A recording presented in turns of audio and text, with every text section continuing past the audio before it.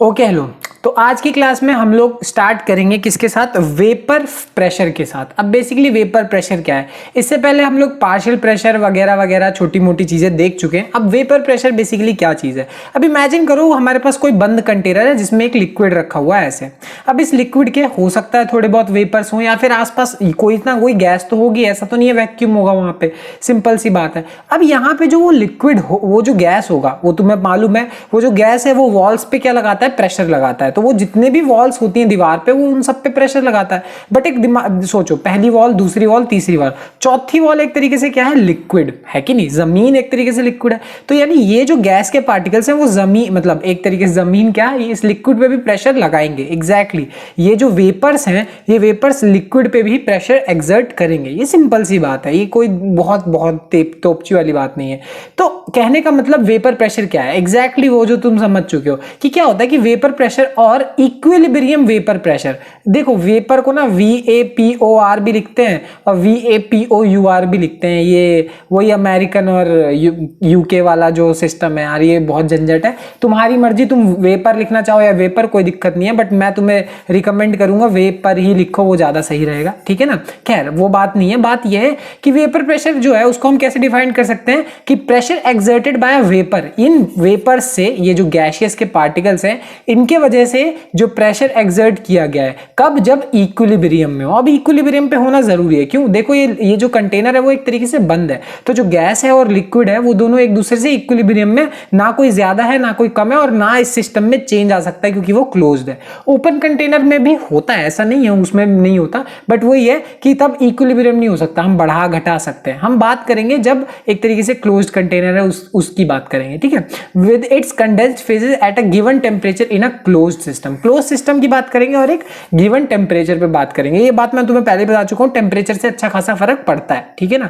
तो vapour pressure क्या है? वेपर्स का, गैस का प्रेशर उस लिक्विड के ऊपर, सिंपल सी बात है। तो आगे बढ़ने से पहले एक छोटी सी बात जो मुझे तुम्हें बताना जरूरी है, वरना तुम्हें कंफ्यूजन होगी। सिंपल सी बात, एक चीज होती है जिसको हम बोलते हैं वॉलेटाइल लिक्विड्स। इसके बारे में शायद तुमने सुना हो, कहीं पढ़ा हो, नहीं पढ़ा तो सुन लो, सिंपल सी चीज है, ऐसा कुछ नहीं है। ये सिंपली वो लिक्विड्स होते हैं जो बहुत ही आसानी से किस स्टेट में चले जाते हैं? वेपर स्टेट में। मतलब बहुत ही आसानी से लिक्विड से गैसियस स्टेट में चले जाते हैं, तुम्हें ज्यादा मेहनत करनी नहीं पड़ती, खुद ही हो जाता है। तो उसको हम वॉलेटाइल बोलते हैं। जो ये काम बहुत जितनी आसानी से करेगा वो उतना ही ज्यादा वॉलेटाइल होगा। जो लिक्विड जितनी आसानी से गैसियस में कन्वर्ट होगा वो उतना ही ज्यादा वॉलेटाइल होगा, सिंपल सी बात है। तो ऐसे लिक्विड जो कि गैसियस फॉर्म में आसानी से कन्वर्ट होते हैं उसको वॉलेटाइल बोलते हैं। एग्जांपल के तौर पे मर्क्यूरी को बेसिकली अगर थोड़ा बहुत भी तुम हीट करोगे तो उसके चांसेस होते हैं उसके लिक्विड गैसियस फॉर्म में कन्वर्ट होने के। बट इससे अच्छा और सबसे तगड़ा एग्जांपल मैं बताऊंगा तुम्हें, थिनर। तुम्हारे घर में थिनर विनर होगा, तुम्हारी बहन, तुम्हारी मम्मी नेल पेंट होती है ना, तो नेल पेंट्स को रिमूव करने के लिए एक चीज यूज करती है। कभी उसको हाथ में लेके देखना,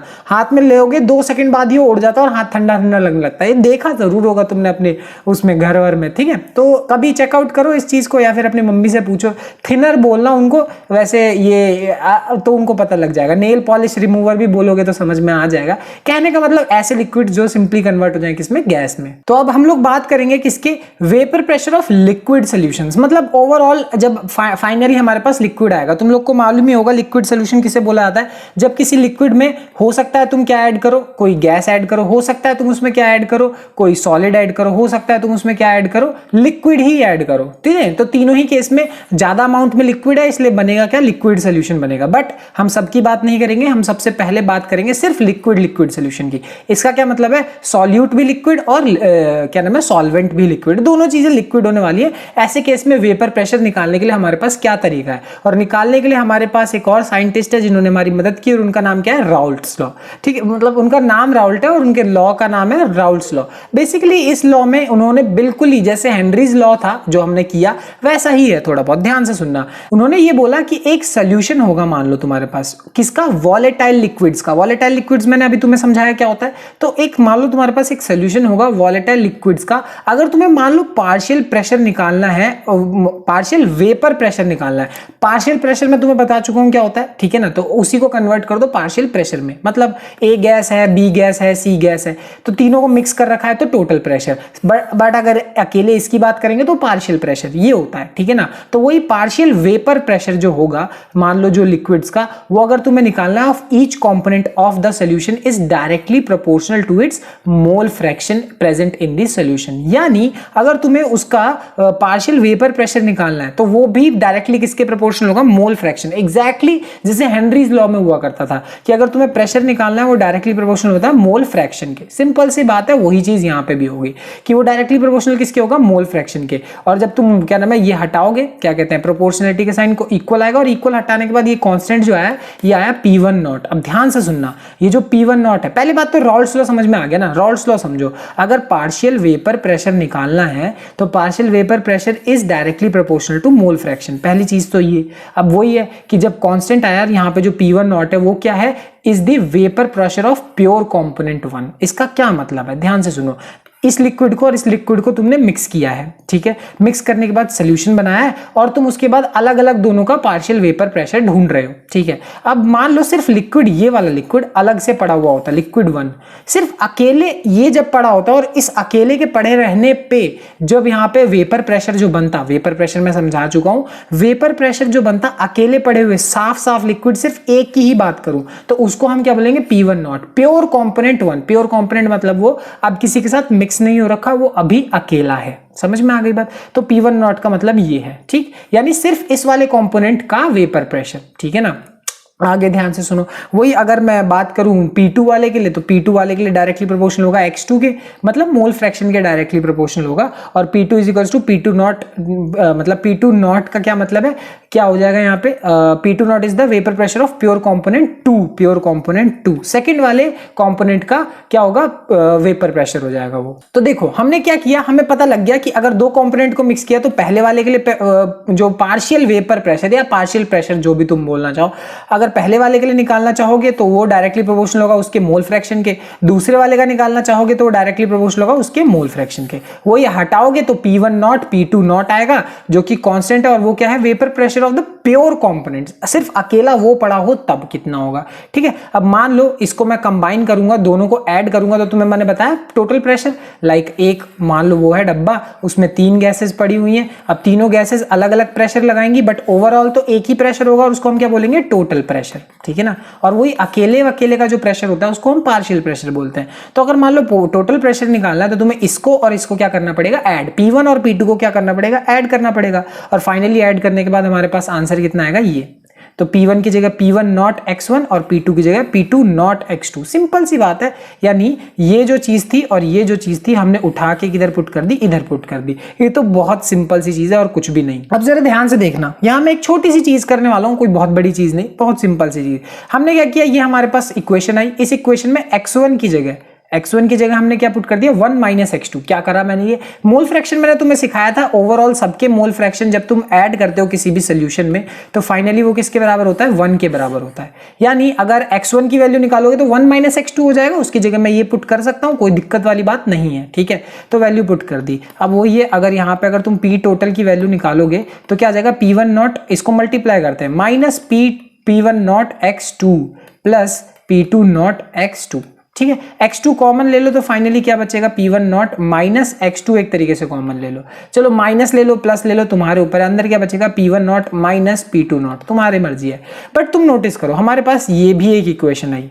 देखो वैसे तो इंपॉर्टेंट यही वाली इक्वेशन है, बट इस इक्वेशन को भी ध्यान में रखना क्योंकि इससे एक बड़ी ही इंपॉर्टेंट चीज अभी हम जोड़ने, लिंक करने वाले हैं। देखो इस इक्वेशन को, यहां से हम कंक्लूजन देखने वाले हैं किस वाली इक्वेशन के हिसाब से, इस वाली इक्वेशन। ये अभी मैंने तुम्हें निकाल के दिखाई, वैसे वो इक्वेशन सिंपल थी, उसी इक्वेशन को हमने थोड़ा सा टर्न कर दिया, बस X1 की जगह क्या रखा था, 1 माइनस X2, और कुछ भी बहुत बड़ी चीज नहीं करी।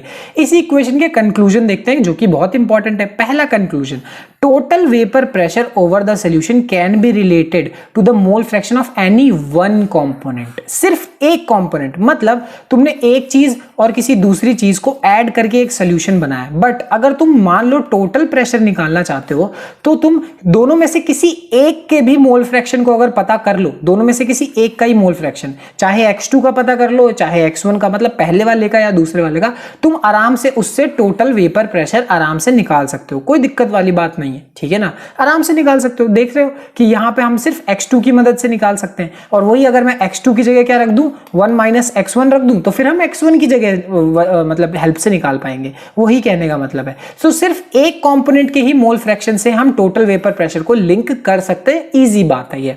अगला कंक्लूजन ध्यान से सुनो। अगला कंक्लूजन ये बोलता है कि total vapour pressure over the solution varies linearly with the mole fraction of component 2।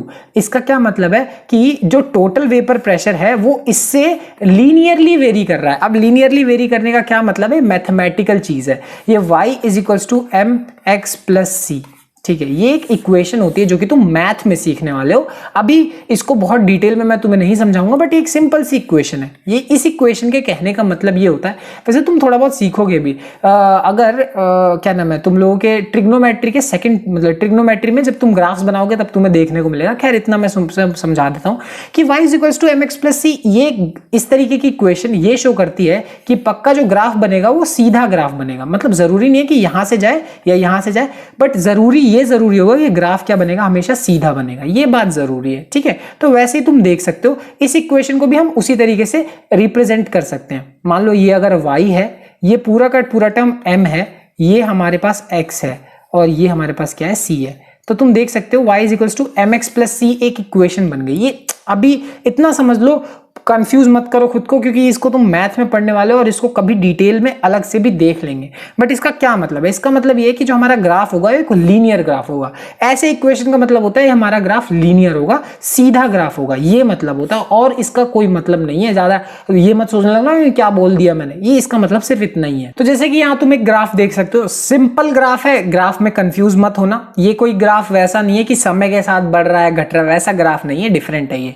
ध्यान से देखो, जब x1 की वैल्यू 1 है, इसका मतलब जब x1 प्लस x2 मतलब मोल फ्रैक्शन 1 होते हैं, यानी अगर सिर्फ x1 की वैल्यू 1 हो गई तो इसकी वैल्यू पक्का क्या होगी, 0 ही होगी ना। तो वही है, इसकी वैल्यू जब 1 है यानी इसकी वैल्यू क्या होगी, 0 हो गई। तो ये यहाँ पे हमारा लाई कर रहा है। और जैसे जैसे इसकी वैल्यू देखो, ये जो P2 वाले की वैल्यू बढ़ती जाएगी तो हमारे x1 वाले की वैल्यू क्या होती जाएगी, घटती जाएगी। कहाँ उसकी वैल्यू पहले 1 हुआ करती थी, x1 की वैल्यू पहले उसकी वैल्यू 1 होती जाती थी, घटते घटते घटते घटते अब उसकी वैल्यू कितनी हो गई, 0 हो चुकी है। और वही x2 की वैल्यू पहले 0 हुआ करती थी, बढ़ते बढ़ते बढ़ते बढ़ते अब उसकी वैल्यू कितनी हो चुकी है, 1 हो चुकी है। तो देखो इसकी वैल्यू घट रही है और इसकी वैल्यू बढ़ रही है, ठीक है। तो बढ़ रही है, इस वजह से हमारे पास जो ग्राफ बनेगा वो कुछ इस तरीके से बनेगा। यानी जो P2 है पहले कम हुआ करता था और धीरे धीरे क्या हो गया, वो बढ़ गया, है कि नहीं। सिंपल सी बात है, यही है इसका मतलब। और वही अगर ध्यान से अगर तुम देखो कि यहाँ पे मेरे पास P1 शुरुआत में वो मैक्सिमम है क्योंकि उसकी वैल्यू 1 है, और एंड में आते आते उसकी वैल्यू जब 0 हो गई तो वो बिल्कुल नीचे आ गया, ठीक है। तो कहने का मतलब है, पूरा कहने का मतलब यही है कि ये जो हमारा ग्राफ बना, ये जो हमारा पूरा ग्राफ बना वो लीनियर, एक तरीके से स्ट्रेट लाइन ग्राफ बना। और स्ट्रेट लाइन ग्राफ इसीलिए बना क्योंकि ये इक्वेशन बनती है y is equals to M X plus C वाली इक्वेशन बनती है, इसी वजह से ऐसा ग्राफ बना, ठीक है। और टोटल प्रेशर तो हमेशा क्या रहेगा, मैक्सिमम ही रहेगा। टोटल प्रेशर हमेशा क्या है, P1 प्लस P2। इसका क्या मतलब है, इसका मतलब सोचो ये है कि देखो भले ही तुम इस पॉइंट की बात करो तो इस पॉइंट पे तुम इसको ऐड करो प्लस इसको ऐड करो, दोनों को ऐड करो तो तुम्हें ये वाला पॉइंट मिलेगा। यानी टोटल प्रेशर थोड़ी ना कम होने वाला है। सोचो, कहने का मतलब P1 is equals P total, total का मतलब क्या है, P1 प्लस P2। भले ही ये 0 हो गया बट इसकी वैल्यू मैक्सिमम हो जाएगी। और वही अगर मैं इसकी बात करूं कि P1 प्लस P2, भले ही ये 0 हो गया तो इसकी वैल्यू मैक्सिमम हो जाएगी। टोटल प्रेशर टोटल ही रहता है, उसकी कोई दिक्कत वाली बात नहीं है। इसको ऐसे समझ लो कि घर वालों ने दे दिए 100 रुपए दे दिए, है ना। अब उसको भाई और बहन में बांटना है। अब उनके ऊपर है कि वो कैसे बांटें, भाई को 20 रुपए दें, बहन को 80 दें, या फिर बहन को 30 रुपए दें, भाई को 70 दें, है ना। उनके ऊपर है वो कैसे देते हैं। ओवरऑल एट द एंड जो उन्होंने पैसे दिए वो तो 100 ही रहने वाले हैं, उनको थोड़ी फर्क पड़ने वाला है। तो टोटल ही रहेगा, फर्क बस P1 और P2 को पड़ने वाला है। कौन कितना होगा कैसे होगा वो उस हिसाब से। तो ये था पूरा का पूरा रॉल्स लॉ की कहानी अभी तक में। और आखिरी कंक्लूजन हमारे पास क्या है, और आखिरी कंक्लूजन हमारे पास यही है कि depending on the vapour pressure of pure component 1 और 2, चाहे तुम प्योर कंपोनेंट 1 वाले की बात करो या 2 वाले की बात करो, जैसी तुमने इक्वेशन बनाई है, यहाँ पे तुमने x2 के हिसाब से बनाई है, चाहो तो x1 के हिसाब से बना सकते हो, जैसा मैंने बताया x2 is equals to 1 minus x1, किसी के भी हिसाब से बना सकते हो। तो जैसा तुमने इक्वेशन बनाई है वैसे उसके हिसाब से तुम टोटल प्रेशर को मार्क कर सकते हो। इस वाले केस में देख सकते हो यहाँ माइनस लगा हुआ है। अगर वही मैंने x1 के हिसाब से कर दिया तो इक्वेशन बदल जाएगी, फिर तुम p2 के हिसाब से। मतलब कहने का मतलब है कि तुम ग्राफ बनाओगे ना तो फर्क नहीं पड़ता तुम कंपोनेंट 1 लो या कंपोनेंट 2 लो, तुम इक्वेशन ले रहे हो और उसके हिसाब से बना रहे हो, तो वो ज्यादा इंपॉर्टेंट है। तो आखिरी चीज ये है कि जैसे अभी हमने दो लिक्विड्स को मिक्स किया, एक लिक्विड और दूसरा लिक्विड, इसको मिक्स किया, मान लो ये लिक्विड्स वेपर फेज में हो। इसका क्या मतलब है? इसका मतलब ये है कि मान लो हमारे पास जो दोनों के दोनों 1 और 2 लिक्विड्स हैं वो वेपर फेज में चले जाएं, एक तरीके से गैसियस फॉर्म में चले जाएं। पहला लिक्विड भी दूसरा लिक्विड भी दोनों गैसियस फॉर्म में चले जाएं। अब गैसियस फॉर्म में ही चले जाएं तब हम जो क्या नाम है क्या कहते हैं, तब हम पार्शियल प्रेशर वगैरह जो निकालेंगे वो कैसे निकालेंगे, ठीक है। तो पार्शियल प्रेशर वगैरह हम कैसे निकालेंगे जरा ध्यान से देखो। हमारे पास पहले वाले के लिए P1 वाले के लिए क्या आ जाएगा, Y1P टोटल। अब इसका क्या मतलब है? इसका मतलब यह है कि अगर Y1 and Y2 are the mole fractions of components 1 and 2, vapour phase में जाने के बाद मान लो पहले वाले कंपोनेंट का जो मोल फ्रैक्शन है उसकी वैल्यू कितनी है, Y1 है। जो वेपर फेज में जाने के बाद जो दूसरा वाला कंपोनेंट उसकी जो वैल्यू है वो कितनी है, Y2 है। तब जाके तो हम अगर मान लो पार्शियल प्रेशर निकालना चाहेंगे तो वो ऐसे निकाल सकते हैं कि P1 is equals to Y1 मतलब mole fraction in the vapour phase plus into P total मतलब टोटल प्रेशर। क्या होगा, टोटल प्रेशर। समझ में आ गई बात? तो ऐसे निकाल सकते हो। और सिमिलरली सेकंड वाले के लिए क्या निकाल सकते हो, P2 is equals to Y2P total. समझ में आ गई बात? ये बहुत डिफरेंट बात है, ध्यान रखना। अभी जो हमने लिक्विड की बात करी वही है और कुछ नहीं है, उसी को बस वेपर फेज में कन्वर्ट करेंगे। तो ये वहां का फॉर्मूला अलग है, यहां का फॉर्मूला अलग है। देखो वहां पे भी डायरेक्टली प्रोपोर्शनल है किससे, मोल फ्रैक्शन से, और यहां पे भी डायरेक्टली प्रोपोर्शनल है किससे, मोल फ्रैक्शन से। बस फर्क क्या है, फर्क यह है कि वहां पे जो हमारा कांस्टेंट है एक तरीके से जब हम लिखेंगे तो क्या आएगा, P1 नॉट x1, और यहां पे जो हमारा एक तरीके से कांस्टेंट है वो क्या आने वाला है, P टोटल। क्या है, P टोटल Y1। वहां पे कांस्टेंट है P1 नॉट का क्या मतलब है कि partial pressure of the pure component 1, पहले वाले कंपोनेंट का प्योर पार्शियल प्रेशर जो है, और P टोटल क्या है, टोटल पार्शियल प्रेशर है। तो यहां और यहां में यही फर्क है। समझ में आ रही है बात? तो उसमें और इसमें एक छोटा सा डिफरेंस है, बट डिफरेंस है, ध्यान रखना। अब हम बात करते हैं नेक्स्ट चीज की, और वो क्या है, Raoult's law as a special case of Henry's law. मतलब रॉल्ट लॉ भी हेनरीज लॉ है, बट उसका एक स्पेशल केस है। इसका क्या मतलब है, हेनरीज लॉ हमने कब पढ़ा था, हमने तब पढ़ा था जब हमने एक तरीके से क्या नाम है किसी चीज को मिक्स किया था, तब की बात है ये। अब हम क्या पढ़ रहे हैं, वेपर प्रेशर पढ़ रहे हैं। वहां हमने लिक्विड सोल्यूशन को एक तरीके से मिक्स किया था, हम तब की बात है। फर्क है, खैर जो भी है, बट कहने का मतलब क्या है कि अभी हमने रॉल्ट्स लॉ पढ़ा। रॉल्ट्स लॉ का ये फॉर्मूला होता है, P1 is directly proportional is equal to P1 naught x1। और जब हमने हेनरीज लॉ पढ़ा था वो क्या था, P is equal to KHX। देख सकते हो इस इक्वेशन में और इस इक्वेशन में बिल्कुल भी फर्क नहीं है, एक छोटी सी चीज के अलावा। यहां पे भी जो पार्शियल प्रेशर है वो मोल फ्रैक्शन के डायरेक्टली प्रोपोर्शनल है, और इस वाले केस में भी पार्शियल प्रेशर है वो डायरेक्टली प्रोपोर्शनल है मोल फ्रैक्शन के। दोनों केस में पार्शियल प्रेशर मोल फ्रैक्शन के डायरेक्टली प्रोपोर्शनल है। बस फर्क किसका है, P1 नॉट का और KH का।